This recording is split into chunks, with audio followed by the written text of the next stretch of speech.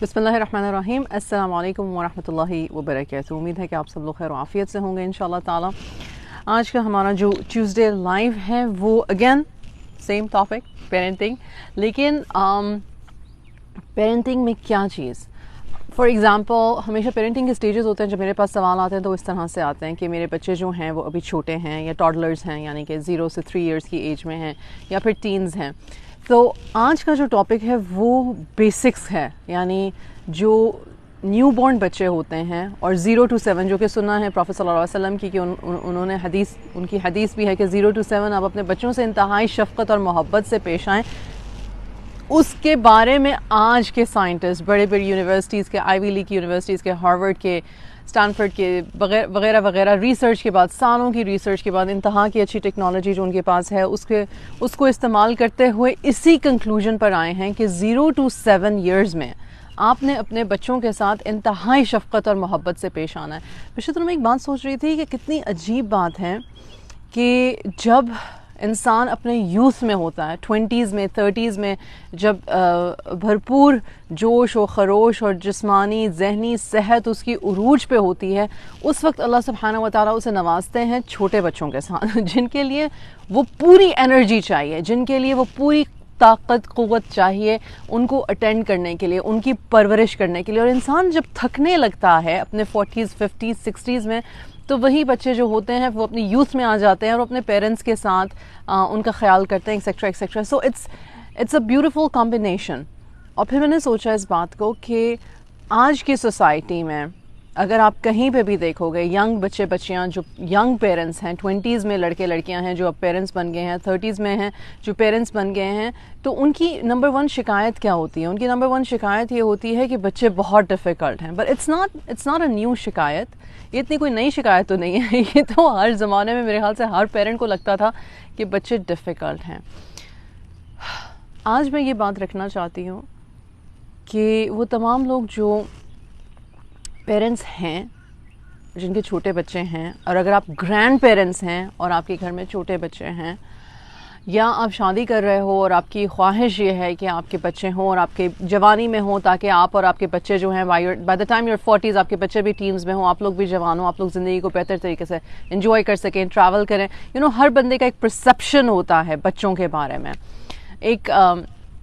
और कुछ लोग चाहते हैं कि वो भी फ़ौरन से पहले, मतलब अपने यूथ ईयर्स में भी बच्चे ना करें, थोड़ा सा ठहर के करें, थोड़ा सा एक दूसरे में अंडरस्टैंडिंग पैदा करें। यू नेवर नो कि जो कपल जिसकी शादी हुई है उनका बच्चों के बारे में आउटलुक क्या है, या वो क्या समझते हैं कि क्या वो पेरेंटहुड के लिए रेडी भी हैं कि नहीं रेडी हैं। क्योंकि जो एक नॉर्मल कॉमन परसेप्शन है वो ये है कि छोटे बच्चे को बहुत ज़्यादा अटेंशन और बहुत ज़्यादा टाइम और बहुत ज़्यादा पेशेंस की ज़रूरत है। और चूंकि हम एक बड़े ही डिस्ट्रैक्टेड टाइम्स में रहते हैं, हम सबके पास फ़ोन्स हैं, हम सबके पास ऐप्स हैं, हम सबके पास गेम्स हैं, हम सबके पास मतलब कि हम सबको एडिक्शंस हैं अपने फ़ोन में किसी ना किसी चीज़ में जुटे रहने की, राइट। और हम लोग वैसे भी कॉमनली भी एक दूसरे से बात करते हुए भी हाँ हाँ बोलो, हाँ हाँ हाँ कर रहे होते हैं, यानी कि अपने फ़ोन को स्क्रॉल कर रहे होते हैं और सामने वाले को देख रहे होते हैं। कम ही होता है कि हमें ये मैनर्स हों कि हम फ़ोन जो है वो साइड पर रखते हैं, स्पेशली मियाँ बीवी आपस में। बुजुर्गों के साथ तो चलो आप लिहाज कर लेते हो, या बुजुर्ग इतने होते हैं कि आपको कहते हैं फ़ोन साइड पर रख के बात करो, राइट। लेकिन ऐसे टाइम में छोटे बच्चों को टाइम देना, छोटे यानी कि 0 to 7 इयर्स के बच्चों को टाइम देना, उनकी पर्सनालिटी डेवलप करना, उनके साथ अच्छी अटैचमेंट क्रिएट करने की कोशिश करना, क्या हम ये सारे काम कर सकते हैं? क्या हम ये सारे काम कर सकते हैं? और अगर नहीं कर सकते हैं तो क्या हमें ये करने चाहिए? ऑफ कोर्स ये तो सबको पता कि करने चाहिए। मेरी जो आज नोट्स प्रिपेयर किए वो अगेन चाइल्ड स्टडी के ऊपर से ही किए, और उसमें डॉक्टर नताशा जो हैं वो न्यूरो साइकोलॉजिस्ट हैं बेस्ड इन सैन फ्रांसिस्को, और वो कहती हैं कि we are born not knowing who we are. हमें अपने बारे में कुछ पता नहीं होता, और हमें ये भी नहीं पता होता कि हमने सोचना कैसे है। और अल्लाह सुब्हानहू व तआला ने कुरान में फरमाया है कि तुम लोग इंतहाई वीकनेस में पैदा होते हो, मतलब हम डिपेंडेंट होता है बच्चा कि माँ या बाप जो है वो खिलाएगा, पिलाएगा, झुलाएगा, सुलाएगा, आपकी नीड्स का ख्याल रखेगा, राइट। हमें सिर्फ एक बात का पता होता है, इतने छोटे बच्चे को भी बस एक बात का पता होता है, और वो एक बात क्या है? वो एक बात ये है कि मुझे कुछ महसूस हो रहा है। बच्चा कैसे बताता है कि उसे भूख लगी? रोके। कैसे बताता है कि डायपर चेंज करना है? रोके। कैसे बताता है कि पेट में गैस है, दर्द हो रहा है कहीं पर? रोके। बच्चा कैसे बताता है अपने पेरेंट को? कम्युनिकेट करता कैसे है? रो के। सुनने वाला सोचेगा बच्चा हर वक्त रोता रहता है, बच्चे का कम्युनिकेट करना ही सिर्फ रोने से आता है। अल्लाह सुब्हानहू व तआला ने सिर्फ इतनी ही इस्तिताअत दी है कि तुम रो, यानी कि जो उसके फीलिंग्स हैं, जो उसके इमोशंस हैं, वो सिर्फ वही बयान करता है, राइट। तो हमारे उस टाइम के इमोशंस को किस तरह से केटर किया गया, यानी कि हमें रिस्पॉन्स किस तरह से दिया जाता है, या हम अपने बच्चों को रिस्पॉन्स कैसे देते हैं उस छोटे होते हुए, वो पूरी हमारी लाइफ की ट्रैजेक्टरी बन जाता है कि हम खुद कैसे रिस्पॉन्स देंगे लोगों को, अपने आप को, अपने इमोशंस को एक्सप्रेस कैसे करेंगे, राइट। बहुत फेमस पब्लिकेशन है paediatrics, American academy of paediatrics, जहाँ के जो ऑथर्स हैं वो बहुत बड़े यूनिवर्सिटी से एफिलिएटेड हैं, हार्वर्ड से एफिलिएटेड हैं। तो उन्होंने ये लिखा कि हमारी ब्रेन का जो स्ट्रक्चर है that is constructed through ongoing process है जो बर्थ से पहले शुरू होता है और अडल्टहुड तक चलता रहता है, राइट। लेकिन हमें ये पता चलता है कि हमारी सारी हेल्थ, हमारे सारे बिहेवियर जो हैं, the interaction of genes and experiences literally shape the circuitry of development, यानी कि जो हमें जेनेटिकली हमारे पेरेंट्स से मिला। और मैं ये बात ट्रॉमे के दौरान कर चुकी हुई हूँ कि अगर प्रेगनेंसी के दौरान माओं को बहुत ज़्यादा शदीद स्ट्रेस हो या जेनेटिकली हमारी फैमिलीज़ में मेंटल हेल्थ के इश्यूज़ हों, तो उसका पास डाउन होना हमारे बच्चों में एक फितरी सी बात है, वो होगा ही होगा। चाहे वो बाद में उनके यूथ में जाके ट्रिगर हो, उनकी बड़ी एज में जाके वो मेंटल हेल्थ इश्यूज़ ट्रिगर हो, या उनके बचपन से ही ट्रिगर होना शुरू हो जाएं, we can not say that beforehand. लेकिन उसके अलावा कि हमें डील किस तरह से किया गया है बचपन से, यानी कि उस 0 एज के बच्चे को डील किस तरह से करना शुरू किया है उसकी 7 इयर्स की एज तक, वो उसकी तमाम पर्सनालिटी बनाती हैं, तमाम personality. Does that even make sense? उसमें तरबियत भी आती है, ऑफ कोर्स उसमें तरबियत भी आती है, और मैं इस पॉइंट पे ज़रूर आऊँगी। हमारा लर्निंग, हमारा बिहेवियर, हमारी अच्छी हेल्थ या हमारी बुरी हेल्थ, ये सारा कुछ जो है वो डेवलप होता है वाइल हम लोग प्रोसेस कर रहे होते हैं कि बच्चे को, या बच्चा प्रोसेस कर रहा होता है कि उसे डील किस तरह से किया जा रहा है। डॉक्टर गॉर्डन न्यूफिल जो हैं वो ब्रसल्स में यूरोपियन पार्लियामेंट से बात कर रहे थे, और उन्होंने कहा कि हम सब बड़े ज़रूर हो जाते हैं, लेकिन हम सब ज़रूरी नहीं कि मैच्योर होते हैं, वाइज होते हैं। लाइक आप लोगों ने कितने सारे बड़े मतलब बड़ी एज के आदमी औरतें देखे होंगे जो अपनी इमोशनल इंस्टेबिलिटी में इंतहाई इमेच्योर हैं, जल्दी गुस्सा करना, जल्दी रोना धोना डाल देना, जल्दी एंग्शियस हो जाना, जल्दी। और एक्चुअली अगर मैं अब देखूं तो हम में से अक्सर ही ऐसे हैं। मैं अगर सिर्फ अपनी ही बात करूं तो इमोशनल मैच्योरिटी बहुत देर से प्रैक्टिस करनी आई मुझे, लाइक बहुत देर से, like probably in my 20s, later 20s and 30s, after becoming a mother, after becoming responsible. और इसी बात को लेकर मैं सोच रही थी कि जब हम 18, 19, 20 साल की बच्चियां जो हैं जब माएँ बन जाती हैं, 21, 22, 23 साल की बच्चियां जो हैं वो माएँ बन जाती हैं, तो कहा यह जाता है कि हम भी इतनी एज में माँ बने थे, हम तो इससे छोटी एज में माँ बन गए थे, लेकिन हमने तो बच्चे पाल लिए। नाउ इस जुमले में कोई गलत बात नहीं हो रही है कि मतलब यंग एज में बच्चियों की शादियां नहीं होनी चाहिए या बच्चे पैदा नहीं होने चाहिए। बात ये नहीं है, बात यह है कि कॉन्ट्रडिक्शन किधर है, अब क्यों इतना मुश्किल है, क्या मसला है? अब तो आटा गूंदने वाली मशीन भी है, लॉन्ड्री चलाने वाली मशीन भी है, वैक्यूम सफाई करने वाली मशीन भी है, इलेक्ट्रिसिटी जहाँ पे आती है वहाँ पे वो भी है, ट्रैवल इजी है, डाइपर्स हैं, पहले तो नापियाँ हाथ से धोनी पड़ती थी। But where is the contradiction? Why is it कि आज से 150 साल पहले या साल पहले हमारे बर्रसगीर में ही एक 15 साल की लड़की जो थी उसका माँ बनना, और उसके आगे मतलब 25 साल की एज तक वो बच्चे ही पैदा कर रही है, 30 साल की एज तक, 35 साल की एज तक 10 बच्चे हैं, 12 बच्चे हैं, इट वाज डिफरेंट। और आज एक 18 से लेके तो 20, 25, 22, 23, 30 साल की जो खातून है वो अगर बच्चे पैदा कर रही है तो 2, 3 and she is exhausted, she is burned out, उससे संभाले नहीं जा रहे बच्चे, उससे इतना मुश्किल लग रहा है। और स्पेशली अगर 2 से ज़्यादा हो गए, 4 हो गए, 6 हो गए, तो वो एक हर वक्त एक एंग्री एनॉयड मदर है। वजह क्या है, क्या वजह है? और हाँ, मैं ये भी ऐड कर दूं कि हम ये भी उनको सुनाते हैं कि हम तुम लोगों के तो शौहर बड़े हेल्पफुल हैं, और तुम लोगों के तो शौहर तुम लोगों की बड़ी बात सुनते हैं, हमारे टाइम पे तो वो भी नहीं थे। और अगर ज़्यादा इमोशनली आप कनेक्टेड ना हो अपने स्पाउस के साथ, तो जो शौहर हजरात हैं वो अपनी बीवियों को कहते हैं तुमने बच्चे पैदा करके कोई अनोखा काम किया, सारी दुनिया की औरतें करती हैं। हुआ क्या है, अगर हमें ये पता चल गया है कि बच्चों की 0 to 7 ईयर्स में उनको इंतहाई शफ़क़त और मोहब्बत की और पेरेंट की प्रेजेंट होने की ज़रूरत है, और हमें ये भी पता है कि हमारे माशरे में we have very angry, very frustrated, थकी हुई, परेशान हाल माएँ हैं हमारी। ऐसा नहीं कि हर वक्त हैं, लेकिन majority of the time stress है, फ्रस्ट्रेशन है, एंगर है। तो कॉन्ट्रडिक्शन किधर है?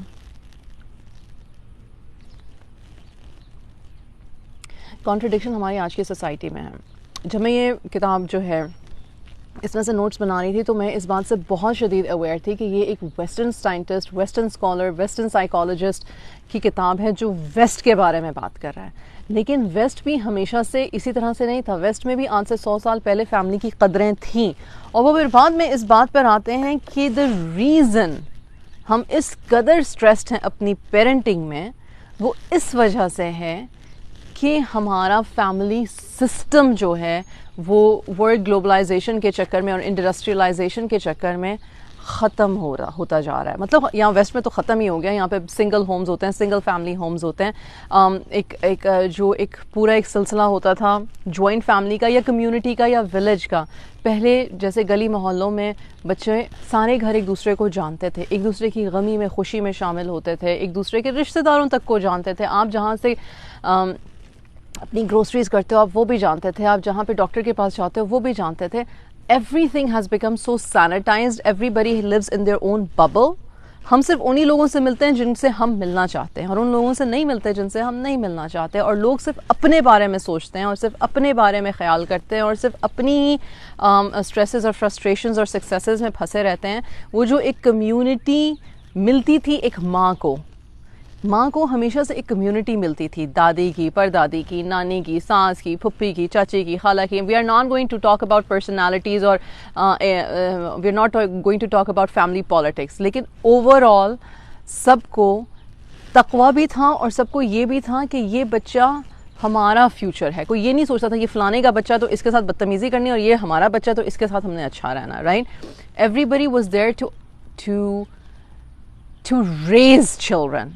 जैसे कि जब मैं कहती हूँ कि अगर आप हुज़ूर सल्लल्लाहु अलैहि वसल्लम के ज़माने में ले लें, तो जब हुज़ूर सल्लल्लाहु अलैहि वसल्लम और सहाबा कराम जो थे वो ग़ज़वात पे जाते थे, और हुज़ूर सल्लल्लाहु अलैहि वसल्लम के बाद भी इस्लाम जो है जिस तरह से फैला कि मतलब जाना पड़ता था सहाबा कराम को, और 6-6 महीने की डिप्लॉयमेंट्स होती थी। और हज़रत उमर फ़ारूक रज़ी अल्लाह अन्हु थे जिन्होंने ये देखा कि फ़ैमिलीज़ जो हैं वो बहुत स्ट्रेस में आ रही हैं। अगर सहाबा कराम 1-2 साल के लिए कहीं जा रहे हैं और रुक रहे हैं और घर वापस अपने बीवी बच्चों के पास नहीं आ रहे हैं, तो इट वाज़ उमर फ़ारूक रज़ी अल्लाह अन्हु हु सेड कि 6 महीने के बाद आर्मी शिफ्ट होगी। 6 महीने तक एक पोर्शन ऑफ आर्मी अपने घरों में अपने बीवी बच्चों के साथ रहेंगे, and after 6 months they will be diploid and the first one will come back home. even at that time जब मर्द नहीं थे घर पे, तो वो बच्चे पल कैसे रहते? क्या वो सिर्फ एक अकेली माँ थी जो अपने बच्चे पाल रही थी, या वो पूरा एक नेटवर्क ऑफ कम्युनिटी था जो बच्चे पाल रहा था? मैंने ये सारी बात इसलिए नहीं की कि मैं ये नहीं जानती हूँ जी कि फैमिली जॉइंट फैमिली कितनी मुश्किल होती है।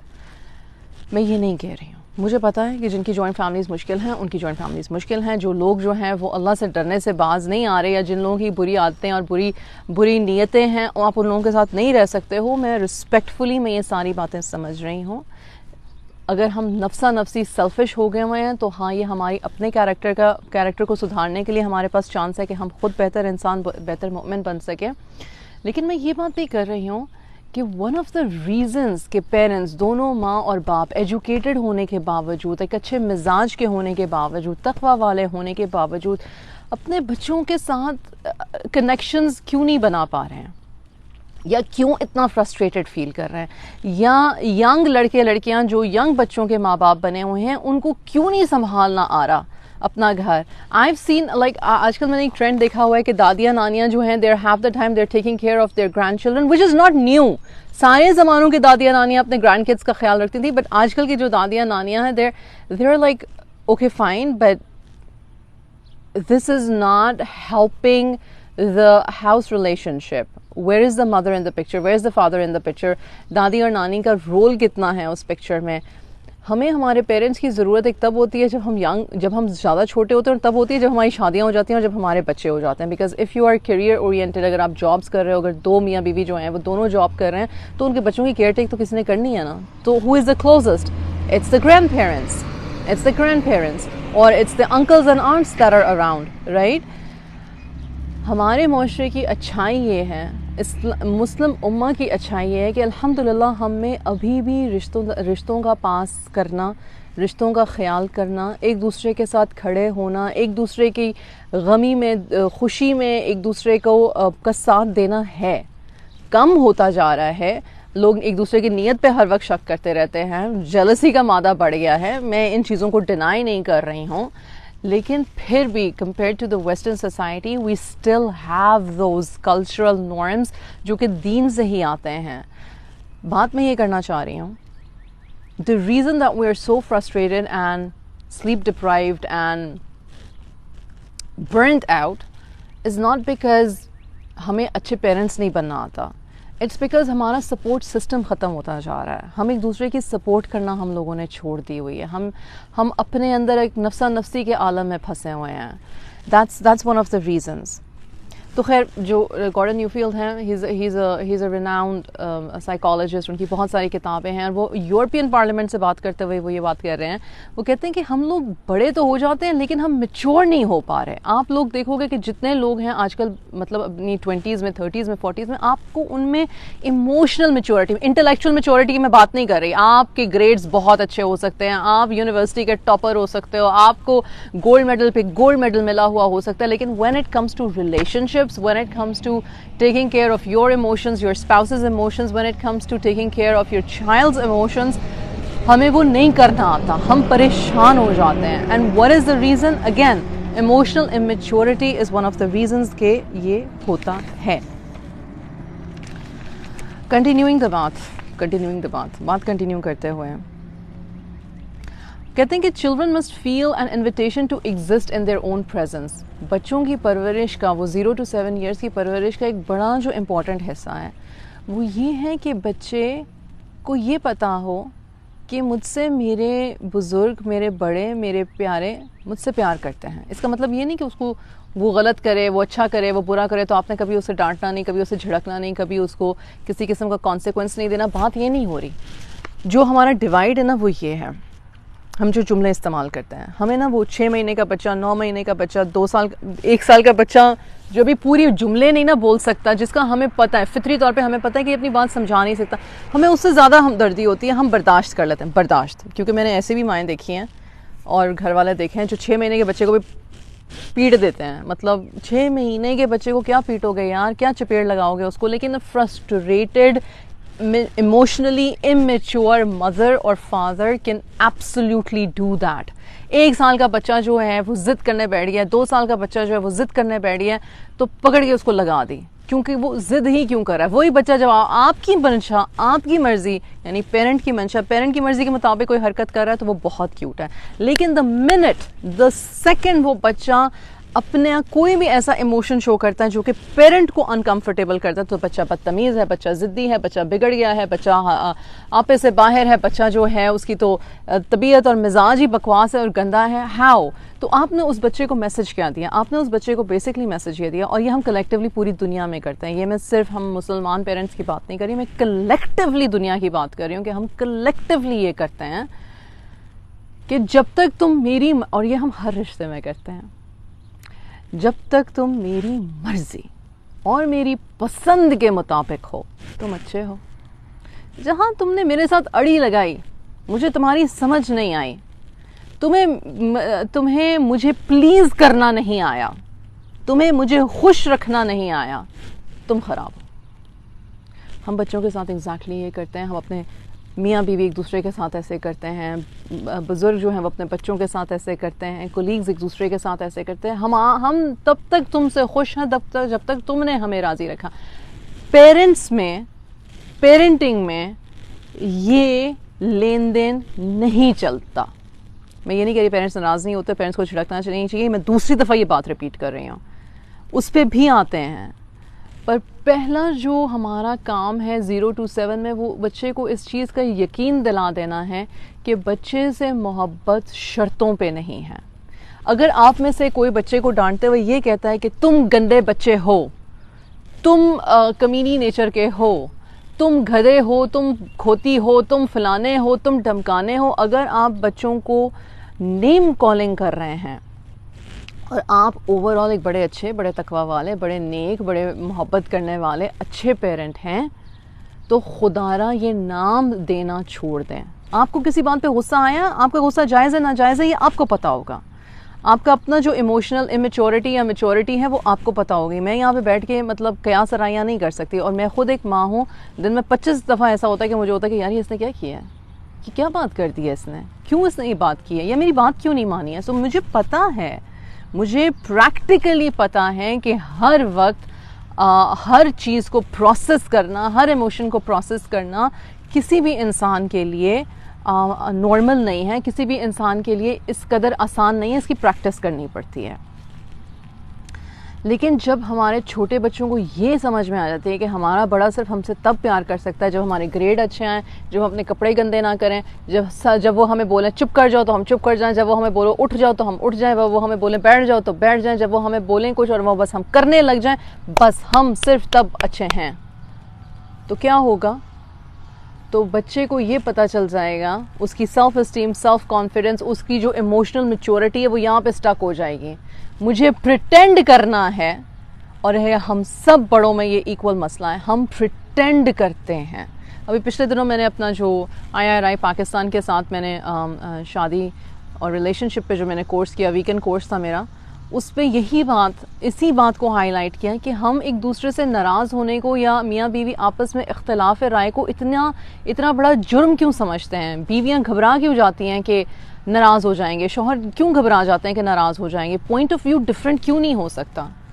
कब सीखना है हमने ये कि पॉइंट ऑफ व्यू डिफरेंट हो सकता है, और एक दूसरे के पॉइंट ऑफ व्यू को सुनने और समझने का जो एक इमोशनल मैच्योरिटी है वो हमने डेवलप कब करनी है, कब डेवलप करनी है वो हमने। और वो हम डेवलप कर क्यों नहीं सकते? वो हम इसलिए नहीं डेवलप कर सकते क्योंकि हमें बचपन से सिखाया जाता है कि जो अथॉरिटी में है वो तुमसे नाराज़ हो जाएगा अगर तुम एग्रीएबल नहीं हो।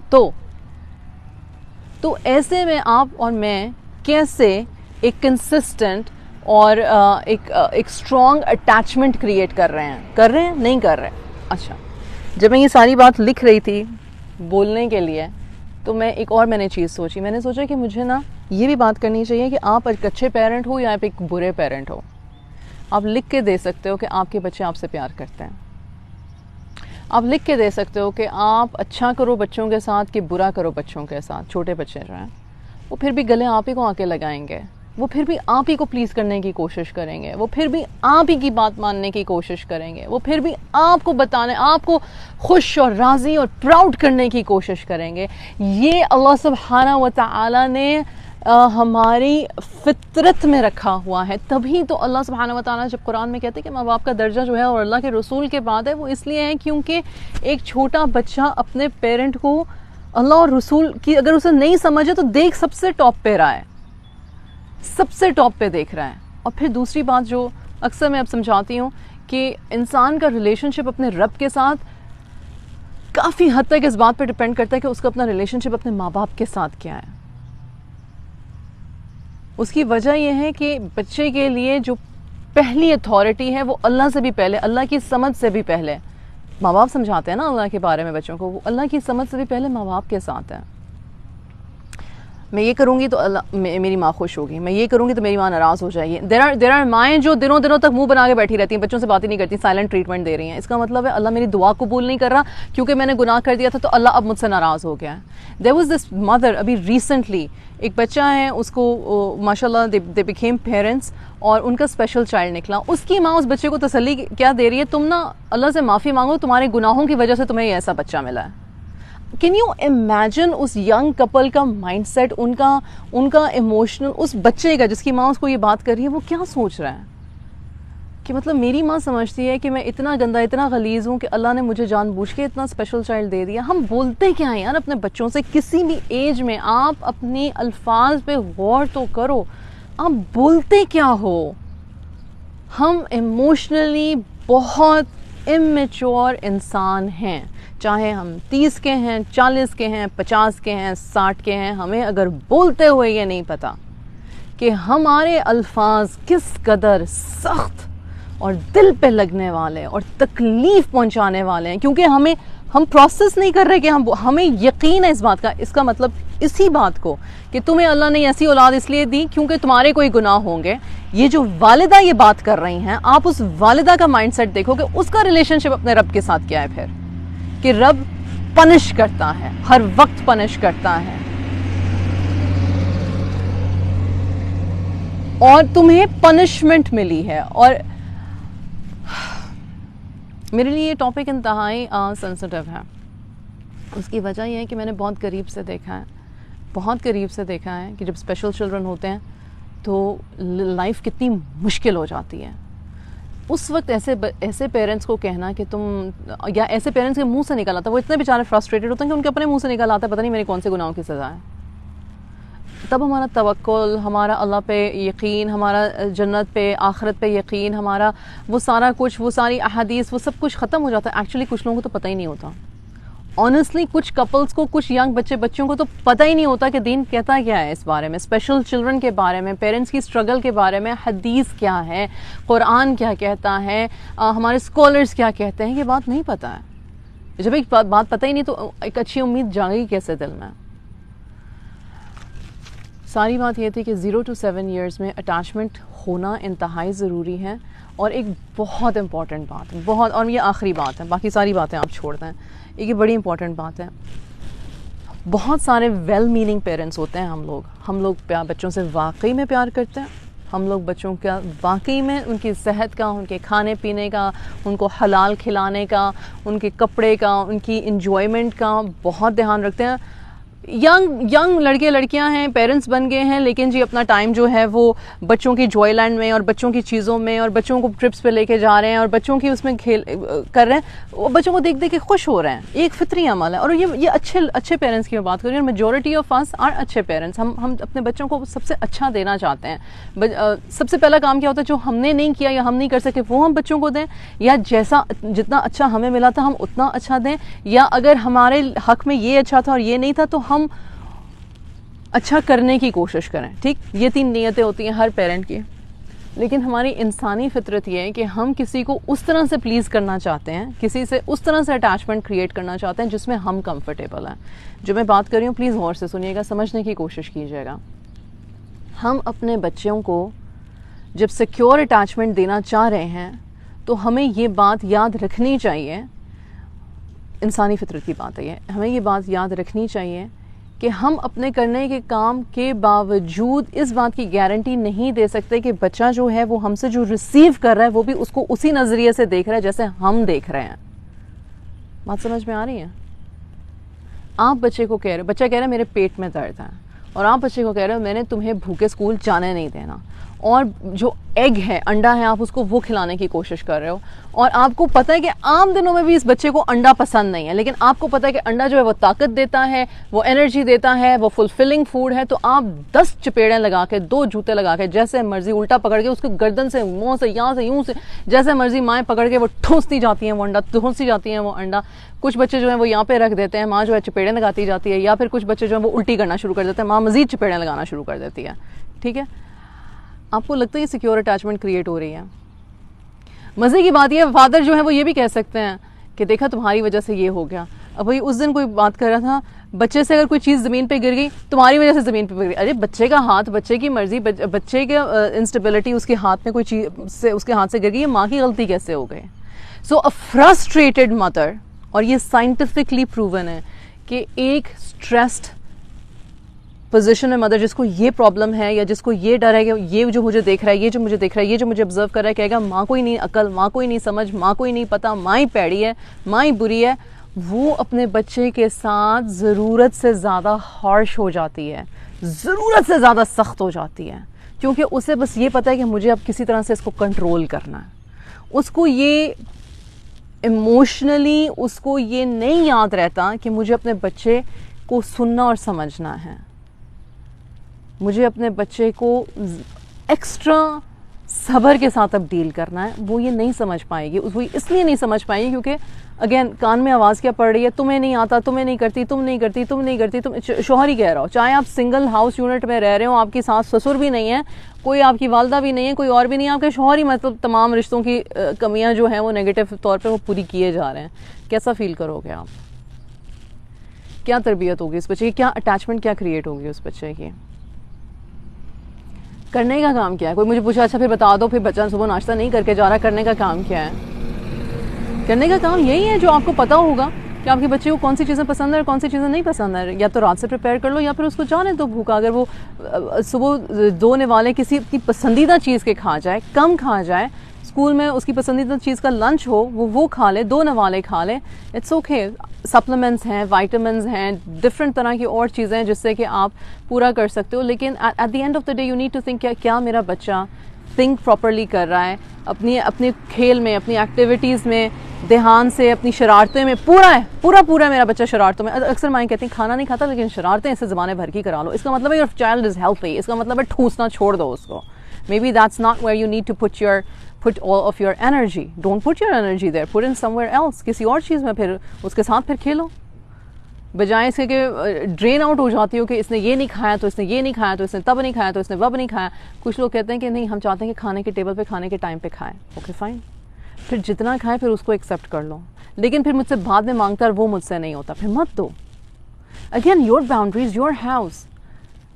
आराम से भी स्ट्रिक्ट बाउंड्रीज या वो वाली काम हो सकते हैं, लेकिन उसमें थोड़ा सा ज़रा ट्रैजेक्टरी जो है ना वो लंबी हो जाती है, थोड़ा सा ज़रा टाइम ज़्यादा लग जाता है। हमें हमारा मसला ये है कि ना हमारे पास अपने लिए टाइम है, ना हमारे पास हमारे बच्चों के लिए टाइम है, ना हमारे पास इमोशनल मैच्योरिटी क्रिएट करने के लिए टाइम है, ना हमें रुक के ये सोचने का टाइम है कि हमें इतनी जल्दी गुस्सा और इतनी जल्दी फ्रस्ट्रेशन होती क्यों है। और अगर हम ये सोच भी लेंगे हमें होती क्यों है, तो हमारा पहला आंसर होता है इसकी वजह से, इसकी वजह से, इसकी वजह से, इसकी वजह से। तो क्या ये सारे लोग फौत हो जाएं फिर आप ठीक हो जाओगे? नहीं, ये सारे लोग सारी ज़िंदगी जब तक मेरी सांस है इन्होंने मेरे साथ ही चलना है। तो फिर मैंने क्या करना है?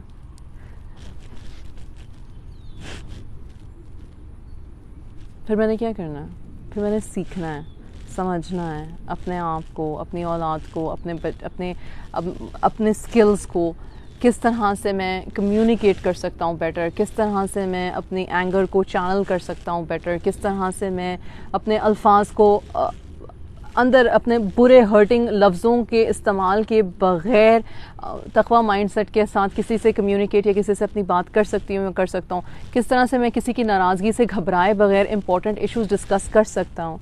उसमें टाइम ज़रूर लगेगा। मैं ये हरगिज़ नहीं कह रही कि कोई ऐसा मंत्र, कोई ऐसी चाबी, कोई ऐसा फार्मूला है जिससे कि आपसे कभी कोई नाराज़ नहीं होगा, जिससे कि कभी कोई आपको लैश बैक नहीं देगा, जिससे कि कभी कोई जिसको जो फ़ौरन मान जाएगा। ऐसा नहीं होता। लेकिन घबरा के, फ्रस्ट्रेट हो के, बुरा समझने लग जाना अपने आप को, अपने बच्चों को, अपने शौहर को, अपनी बीवी को, अपने इर्द गिर्द वालों को, और फिर बस नेगेटिव स्ट्रेस में और नेगेटिव फ्रस्ट्रेशन में रहने से आपके जो रिश्ते जिनको आप अच्छे तरीके से लेके चल सकते हो, आप उनमें भी बिगाड़ पैदा कर देते हो। That's the whole point.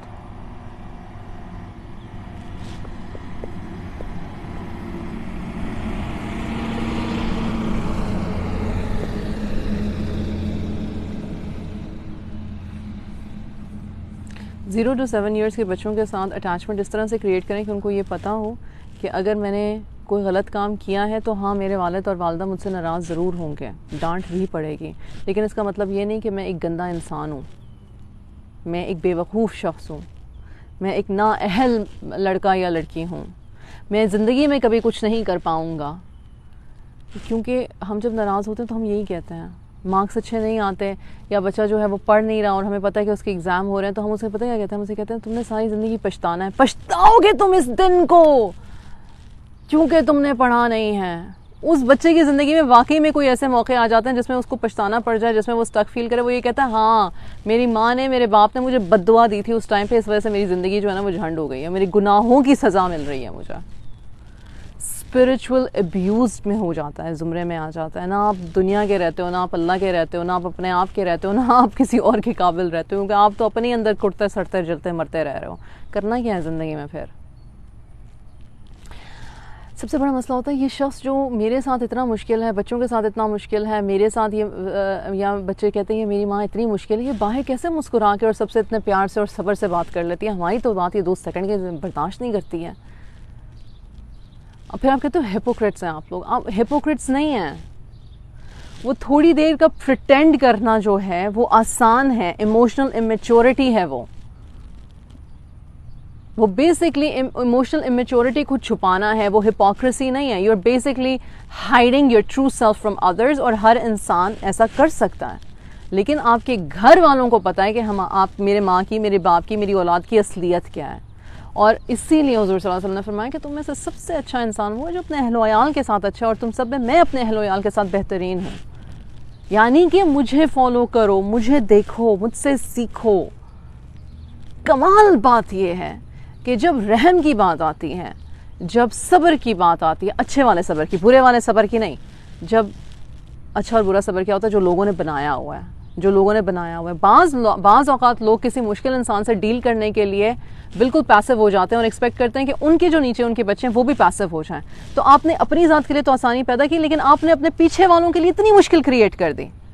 मुझे ख़वातीन से बहुत हद तक इस बात पे भी ऑब्जेक्शन होता है कि यार तुमने अपनी सास के साथ, अपने शोहर के साथ, अपने किसी और रिश्तेदार के साथ दोस्ती बरकरार रखने के लिए अपने आप को पैसिव कर लिया कि हाँ जी आप जैसे कह रहे हैं, आप जैसे कह रही हैं, आप जैसे कह रही हैं, लेकिन फिर आप अपने बच्चों को भी यही तरबियत देते हो कि भाई ऐसे ही करो, ऐसे ही करना है, इसी में जो है आपकी आसानी। और फिर वहाँ पे invalidation of emotions, aggression, anger, frustration पैदा होता है।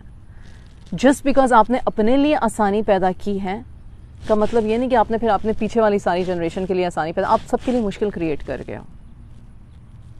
इसलिए बातों को इमोशनल मैच्योरिटी के साथ डील करना, नाराज़गियों के डर को साइड पे, उस खौफ को साइड पे रख के सही बात आराम से, तहम्मुल से, एक बार नहीं कई 100 बार करने की ज़रूरत पड़े तो कई 100 बार करना, अपनी बाउंड्री को सेट करना कि तमीज़ तरीके के साथ।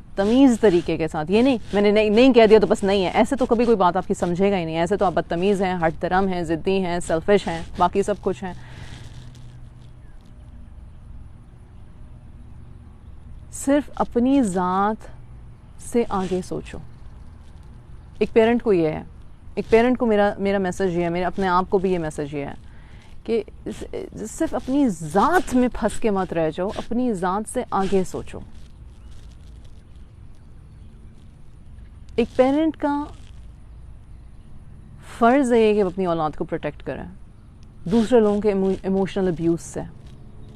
और अगर आप ये नहीं कर रहे हो क्योंकि आप अपने लिए मुश्किल क्रिएट नहीं करना चाह रहे, क्योंकि आप ये नहीं सुन सकते कि तुम्हारी तरबियत ऐसी, और आप ये नहीं सुन सकते कि तुम्हारे बच्चे ने ये ऐसे कर दिया, और आप ये नहीं सुन सकते कि फलाना डमकाना, तो प्रॉब्लम फिर आप में है। उसको अपने इमोशनल मैच्योरिटी तक अपने आप को फिर लेकर आओ, सीखो वो स्किल्स जो नहीं आते हैं, कॉन्फिडेंस पैदा करो अपने अंदर, सेल्फ इस्टीम अपनी पैदा करो, बजाय इसके कि बच्चे को बोलो कि तुम ऐसे तो तुम ऐसे, तो तुम ना ही वजह से मेरी नाक कट गई, तो तुम्हारी वजह से मुझे ये हो गया, तो तुम्हारी वजह से मुझे वो हो गया। और मैं ये नहीं कहती कि बच्चों की वजह से कुछ नहीं होता वो एक अलग टॉपिक है।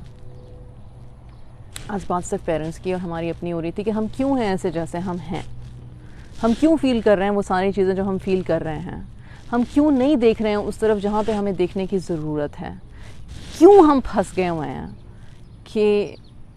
और honestly reading the western culture education system, reading into the western cultural home family system जो कि बहुत बुरी तरह से अफेक्टेड है, और ये ग्लोबलाइजेशन के चक्कर में ये हमारे मुस्लिम घरानों पे ये अफेक्ट कर रहा है और बड़ी शिद्दत से अफेक्ट कर रहा है, चाहे हम वेस्ट में रह रहे हैं चाहे हम ईस्ट में रह रहे हैं।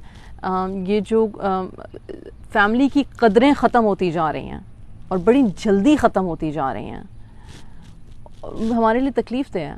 आप एक मुसलमान मर्द और औरत, चाहे आप जॉइंट फैमिली में रह रहे हो चाहे आप सिंगल फैमिली में रह रहे हो, आप ख़ुद बताओ कि आपकी फ्रस्ट्रेशंस और आपके बच्चों के बारे में सोच और आपके बच्चों के साथ अटैचमेंट स्टाइल और रिलेशनशिप किस हद तक और कैसा है। एटलीस्ट ये सोच लेके जाओ और इस बारे में देखो कि हम क्या सही कर रहे हैं, कहाँ पे हमें मैनेज करने की ज़रूरत है, कहाँ पे हम चीज़ों को बेहतर बना सकते हैं। और घूम फिर कर आंसर हमारी अपनी ज़ात है। हमारी अपनी ज़ात को निखारना, अपना तक़वा बेहतर करना, अपना अल्लाह पे तवक्कुल बेहतर करना, अपने रब के साथ कनेक्टेड होना, नॉट इन अ सेंस कि हम खुदा ना खास्ता मज़ीद रिजिड हो जाएं, बल्कि नरम हो जाएं और सिक्योर अटैचमेंट्स पैदा करना है। अपनी फैमिली सिस्टम को दिल से अच्छे तरीके से जोड़ना है। मैं ये नहीं कहती कि सालों की क्लैशेस ख़त्म कर देंगे आप लोग, कोई ऐसा नहीं कर सकता। दिलों की तंगियाँ, दिलों की दूरियाँ अल्लाह ही दूर करता है। उसके लिए हम सिर्फ दुआ कर सकते हैं, किसी का दिल किसी के लिए ख़राब है तो दुआ कर सकते हैं, आप अच्छा अमल कर सकते हैं, आप किसी को तोहफ़ा तोहाइफ दे सकते हैं, आप किसी के पीठ पीछे उनके बारे में अच्छी कोई बात कर सकते हैं। इससे ज़्यादा आप कुछ नहीं कर सकते हैं। लेकिन कोशिश तो करें। क्या हम ये करते हैं? हम तो इसी में फंस जाते हैं, तुमने नहीं किया, उसने नहीं किया, मैं क्यों करूं, उसने नहीं किया, मैं क्यों करूं, उसने नहीं किया, मैं क्यों करूं, बस उसने ये किया, मैंने तो ये किया, उसने ये किया, मैंने किया। अपनी तारीफ़ें करने से नहीं थकते, अपनी तारीफ़ें किए चले जाते हैं। हर बंदा अपनी ही तारीफ़ करने में मशगूल है। एक तो मुझे ये नहीं समझ आता आप कितने अच्छे हैं, हर वक्त अपनी तारीफ़ करते हैं। बहुत सारी बातें हो गई। जज़ाकल्लाहु खैर। अल्लाह सुब्हानहू व तआला हमें नेकी की, तक़वा की तौफ़ीक़ अता फ़रमाए और हमें फ़हम अता फ़रमाए, और वो फ़हम अता फ़रमाए जो हमारी दुनिया के लिए, आखिरत के लिए, हमारे बच्चों के लिए, हमारी फ़ैमिलीज़ के लिए फ़ायदेमंद और मुफ़ीद हो, हमारी दुनिया और आखिरत के लिए मुफ़ीद हो। आमीन सुम आमीन। या अल्लाह, अगर हम किसी के लिए सहल नहीं हैं तो हमें उसके लिए सहल कर दें। अगर हम अनजाने में किसी पे जुल्म कर रहे हैं, किसी के साथ ज़्यादती कर रहे हैं, ये समझते हुए कि हम ठीक हैं, तो या अल्लाह हमें दिखा दे, बता दे, और हमें हमारे नफ्स पे काबू पाने की तौफ़ीक़ अता फ़रमा। हम ईगो सेंटर्ड से हम तक़वा सेंटर्ड हो जाएं, हमें इस बात की तौफ़ीक़ अता फ़रमा। आमीन सुम आमीन। जज़ाकल्लाहु खैर। अस्सलामु अलैकुम व रहमतुल्लाहि व बरकातुहू।